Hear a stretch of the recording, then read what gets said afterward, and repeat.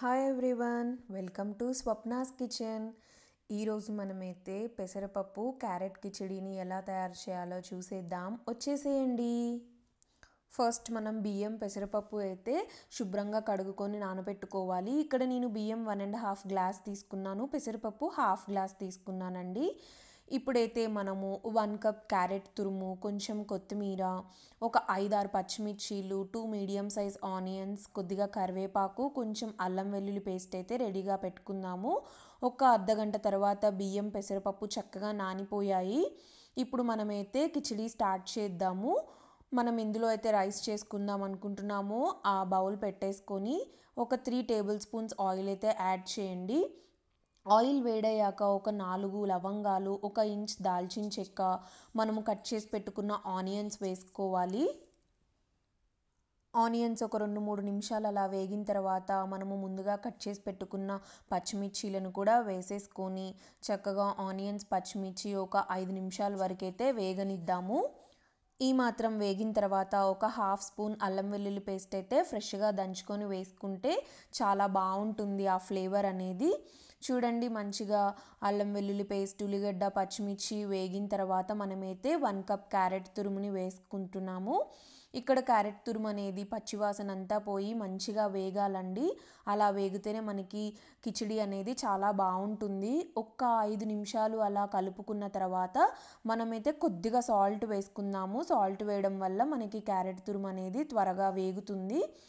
ఒక 1/2 tea spoon పసుపు, కొద్దిగా కరివేపాకు కూడా వేసుకొని క్యారెట్ని మంచిగా మనం మగ్గనివ్వాలి.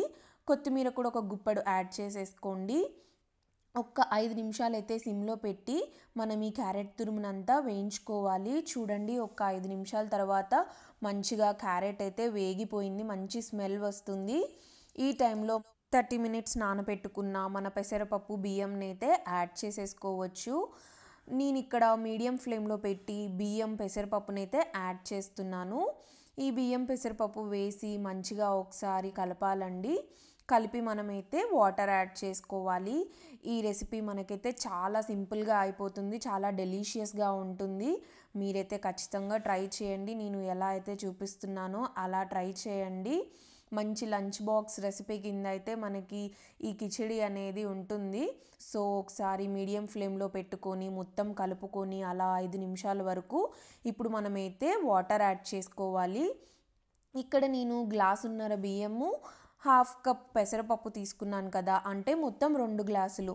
2 గ్లాసులకి మనం నార్మల్గా అన్నం వండుకునేటప్పుడైతే 4 గ్లాసులు వాటర్ యాడ్ చేస్తాము. కానీ ఇక్కడ మనకి పెసరపప్పు ఉంది కదా, పెసరపప్పు కొంచెం ఉడకాలి కాబట్టి 1 గ్లాస్ ఎక్కువ యాడ్ చేయండి. 5 గ్లాసెస్ వాటర్ పోసుకున్నాను. మన రుచికి సరిపడా సాల్ట్ కూడా యాడ్ చేసుకొని మంచిగా హై ఫ్లేమ్లో పెట్టి అన్నం అయితే ఉడకనివ్వాలి. మనము నార్మల్గా అన్నం ఎలా అయితే వండుకుంటామో సేమ్ అదే ప్రాసెస్ అండి. చూస్తున్నారు కదా, హై ఫ్లేమ్లోనే పెట్టి ఒక 5 నిమిషాల వరకైతే అలా నేను వాటర్ ఒక ఉడికొచ్చేంత వరకైతే ఉంచాను. ఇక్కడ నేను సాల్ట్ ఒకసారి చెక్ చేసుకున్నానండి. నాకు ఇంకొంచెం సాల్ట్ పడుతుంది అనిపించింది. సో నేనైతే సాల్ట్ యాడ్ చేసుకొని హై ఫ్లేమ్లోనే మనకు ఆ వాటర్ అంతా పోయే వరకైతే ఉంచాలి. చూడండి, ఈ మాత్రం వాటర్ ఉన్నప్పుడు మనమైతే ఇంకా సిమ్లో పెట్టుకొని అన్నం అంతా దగ్గరికి వచ్చేలాగా మనము వండుకుంటే సరిపోతుంది. చాలా టేస్టీగా ఉంటుందండి. నోటికి ఏం తినాలి అని అనిపించినప్పుడు మనమైతే ఈ క్యారెట్ పెసరపప్పు కిచడీ చేసుకున్నామంటే చాలా డెలీషియస్గా ఉంటుంది. ఎస్పెషల్లీ మా పాపకైతే ఈ రెసిపీ అయితే చాలా ఇష్టం. మీరు కూడా డెఫినెట్గా ట్రై చేయండి. డిన్నర్కైనా, లంచ్ బాక్స్కైనా, మార్నింగ్ బ్రేక్ఫాస్ట్కైనా చాలా బాగుంటుంది. మీరైతే మన రెసిపీని లైక్ చేయండి, షేర్ చేయండి, సబ్స్క్రైబ్ చేసుకోండి. Thank you for watching. Bye.